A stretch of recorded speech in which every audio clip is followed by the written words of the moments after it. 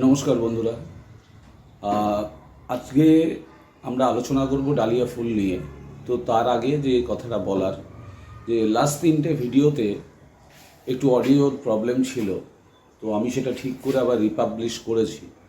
যাদের শুনতে অসুবিধা হয়েছিল তাদের কাছে আমার রিকোয়েস্ট, এই অনিচ্ছাকৃত ভুলের জন্য ক্ষমা প্রার্থী আমি। আপনারা আরেকবার করে, যারা শুনতে চাইছেন তারা আরেকবার করে দেখতে পারেন। এবার আসি আমাদের মূল আলোচনায়। এই যে মূল যেটা আমরা বলতে চাইছি, যে ডালিয়া ফুল, শীতকালীন চন্দ্রমল্লিকা ফুলের পাশাপাশি ডালিয়া ফুলও বাড়ির সৌন্দর্য বৃদ্ধি করে। কিন্তু ডালিয়া ফুল আমরা প্রপারলি ফোটাতে যদি চাই, অর্থাৎ যেভাবে ধরুন আমরা দেখতে পাই ফ্লাওয়ার শোগুলোতে সাইজ, যে বড় সাইজটা হয়, এবার এখন নতুন ধরনের ধরুন বামন ডালিয়া, যেটা অর্থাৎ 3টে ফুল আসছে একই সাইজের বড় মাপের। তো এই ধরনের গাছগুলো করতে গেলে আমরা বাড়িতেই করতে পারি। কিছু প্রপার ওয়ে আছে, যে প্রপার ওয়েগুলো দিয়ে আমি আপনাদের পম্পনের ক্ষেত্রে বলেছি। ঠিক সেই রকম ক্ষেত্রে আমাদের প্রস্তুতি পর্বটা এখন থেকে শুরু করতে হবে। এই প্রস্তুতি পর্বে যেটা করতে হবে সেটা হচ্ছে আমাদের মাটিটা ডিকম্পোজ করা। এই জুন মাসেই আমাদের মাটি ডিকম্পোজ করা শুরু করতে হবে। যদি জুন মাসে ডিকম্পোজ না করেন, সেপ্টেম্বর মাসে যখন আপনি এটা লাগাতে যাবেন, তখন কিন্তু আপনি মাটি ডিকম্পোজ না করা থাকলে আপনি কিন্তু সেই ফুলটা পাবেন না। এখন প্রশ্ন হচ্ছে, এই ফুলটা পেতে গেলে আমাদের ডিকম্পোজ করার ক্ষেত্রে আমরা কী কী উপায় নেব? আগেও আমি আপনাদের মাটি ডিকম্পোজের কথা বলেছি।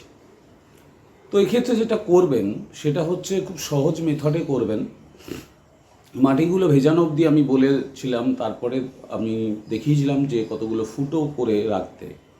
এই ফুটোগুলো করে রাখার ক্ষেত্রে আপনারা সব থেকে কম কস্টিংয়ে যারা করতে চাইছেন, দেখবেন মাছ বাজারে কিছু থার্মোকলের বক্স থাকে। এই জাতীয় থার্মোকলের বক্স আপনারা দশকর্মা ভাণ্ডারে পেয়ে যাবেন। সেখান থেকে নিয়ে মাথার দিকে ফুটো করে আপনারা এটাকে রাখতে পারেন। এবং এটা যেহেতু ঢাকা দেওয়া থাকে, বাইরে থেকে কিন্তু বৃষ্টি হলেও আপনি বাইরের জায়গায় রেখে দিন, কোনো অসুবিধা হবে না। মাটিটা ভিজবে না, মাটিতে জল জমবে না, সেক্ষেত্রে এই ধরনের কোনো প্রবলেম তৈরি হবে না। এবার আসি আমরা মাটিটা ডিকম্পোজ কেন করব। তার কারণ হচ্ছে, এখানে খাবার প্রচুর পরিমাণে লাগে। কিন্তু খাবার প্রচুর পরিমাণে এই গাছগুলোকে করতে গেলে আপনার বিভিন্ন প্রকার খাবার লাগবে তা নয়, আবার এটাও মাথায় রাখতে হবে যে অতিরিক্ত খাবার কিন্তু গাছের কাণ্ড মোটা করে দেবে, মাথা মোটা করে দেবে, সেক্ষেত্রে কুড়ি ছোটো আসবে। তো যেই কারণে খাবারটা যদি প্রপার ওয়েতে না হয়, তাহলে আপনি কিন্তু গাছটা করতে পারবেন না, ওই সাইজের ফুলটা বাড়িতে পাবেন না। এবং ফুলের যে কালারটা, অর্থাৎ এই যে কালারটাই হচ্ছে কিন্তু অ্যাট্রাকটিভ। কারণ নর্মালি আমরা সেপ্টেম্বর মাস নাগাদ আমরা এই চারাটা রোপণ করি। কিন্তু মাথায় রাখবেন, আমি যে ডিকম্পোজ করা মাটিটা কথা বলছি, এই ডিকম্পোজ করা মাটিতে কিন্তু চারা বসাবেন না। রুট বৃদ্ধি যেভাবে আমি আগে বলেছি, সেই রুট বৃদ্ধি যদি করতে হয়, তাহলে আমি যেভাবে মাটিটা সেই সময় মিশ্রণটা বলবো, সেই মিশ্রণে আপনারা করবেন। ধরুন আমরা যদি ওই ধরনের মাটিতে করি, তাহলে একবারে চারা গাছ কিন্তু অনেক খাদ্য পেয়ে যাবে, চারা গাছগুলোকে আপনি বাঁচাতে পারবেন না। তাই আমাদের যেটা দরকার সেটা হচ্ছে প্রপার আস্তে আস্তে খাদ্য বাড়ানো। তো আস্তে আস্তে খাদ্য বাড়াতে গেলে আমাদের লাস্ট স্টেজে, অর্থাৎ যখন আমরা 6 থেকে 8 ইঞ্চি টব হচ্ছে ডালিয়া ফুলের জন্য বেস্ট। তো এই 6 থেকে 8 ইঞ্চি টবের, বিশেষত আমি 8 ইঞ্চিতে করি। তো 8 ইঞ্চি টবে কী ধরনের খাবার হবে সেইটা আমি কিন্তু আজকে আপনাদের বলছি। আমি ধরুন 8 ইঞ্চিতে করব, তাই আমি 10টা টবের হিসাবে বলছি। 8 ইঞ্চি টবের আমি স্ক্রিনে যাচ্ছে, আপনারা দেখতে থাকুন। মূলত আমি এইভাবে দেখুন, মাটিগুলো চালা দোআঁশ মাটি, অর্থাৎ আগের বছর যেগুলো ব্যবহার করা হয়েছে, রোদে শুকিয়ে নিয়েছিলাম, সেই গরমের সময় সেগুলোকে বাক্সবন্দি করা আছে। সেই ক্ষেত্রে আমি কিন্তু এই মাটিগুলো থেকে আমি 9টা 8 ইঞ্চি টবের আমি কিন্তু মাটি নিলাম। এই 9টা যে 8 ইঞ্চি টবের মাটি নিলাম, এই 9টা থেকে আমি 10টা 11টা আমি 6 ইঞ্চি 8 ইঞ্চি মিলে প্রায় 12 থেকে 14টা ফুল কিন্তু আমি কালারের নেব। তো এবার দেখুন এখানে খাবার আমি যেটা দেখাচ্ছি সেটা 8 ইঞ্চি টবের ক্ষেত্রে 10টা টবের হিসাবে যদি ধরেন তাহলে ডালিয়া ক্ষেত্রে 10-26 সেটা হচ্ছে আপনার 600 গ্রাম। আমি ওজন করে দেখাচ্ছি, আপনারা দেখতে পাচ্ছেন। সর্ষের খোল সেটা প্রায় লাগবে 1 কেজি। আমি একবারে 1 কেজি নিতে পারি তাতে আমি বা বোনডাস্ট।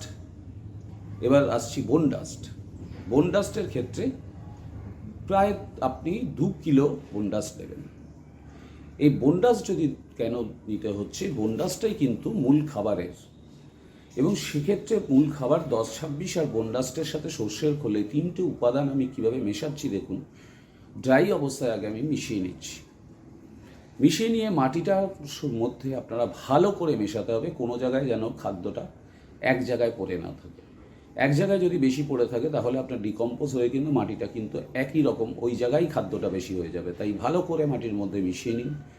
ভালো করে মাটির মধ্যে মিশিয়ে নিয়ে তবে কিন্তু আপনারা এটাকে জল দিন। এইভাবে আমি যেভাবে জলটা দিচ্ছি, তো এতে কি হবে, আজকে জুন মাসে যদি শুরু করেন প্রায় 3 থেকে 4 মাসের মধ্যে, জুন জুলাই আগস্ট সেপ্টেম্বর 3 মাস আমরা প্রায় সময় পাচ্ছি।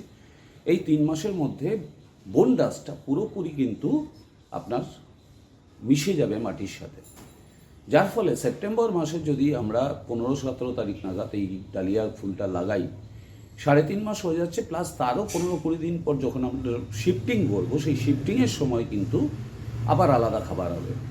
আবারও বলে দিচ্ছি, এই ধরনের অর্থাৎ যে খাবারটা আমি আজকে এইখানে ডিকম্পোজ করতে দেখালাম, এই খাবারে কিন্তু চারা বসাবেন না, তাহলে চারা জ্বলে যাবে।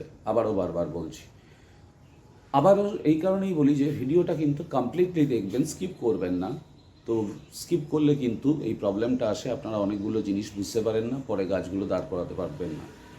তাই ভিডিওটা কমপ্লিটলি দেখার চেষ্টা করুন। আরেকটা কথা বলছি, যদি ভালো আপনি এখান থেকে কোনো সাকসেস পেয়ে থাকেন তাহলে কমেন্টস করে জানান, আর ভিডিওটা ভালো লাগলেও আপনারা কমেন্টস করে জানান, তাতে আমি আরও ইন্সপিরেশন পাবো নতুন নতুন ভিডিও তৈরি করতে। ভালো থাকবেন, সুস্থ থাকবেন।